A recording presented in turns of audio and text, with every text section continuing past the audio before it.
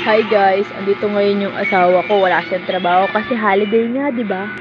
Huwag lang tayo maingay, aayain ko siya ng pastok. Siguradong bugbog ko sa akin.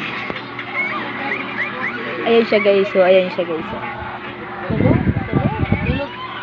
Tulog ang puta. Gago. Ayan na guys, ayain natin siya. Gisingin natin, gisingin. Gisingin natin siya, ha? Guys. Woo! Sakit naman yun, yan yun. Magpapastok tayo. Yung pastok, ano walang ginato ako. Tumayo ka dyan, tumayo ka dyan. Tumayo ka dyan. Ginato ako. Tumayo ka dyan.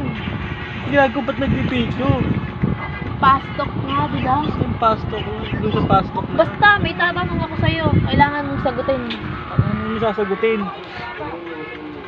Sino yung ex mo na namimiss mo? Sino yung ex yun? Yung ex na yun? Si ano? Sino? Wala tapos mo. Si ano? Si Lot. Sino? Ano? Lot. Wala mo. Mga malalakit ka rin. Sa bukaan tayo. Sino pa? Sino mas maganda sa amin ng ex mo?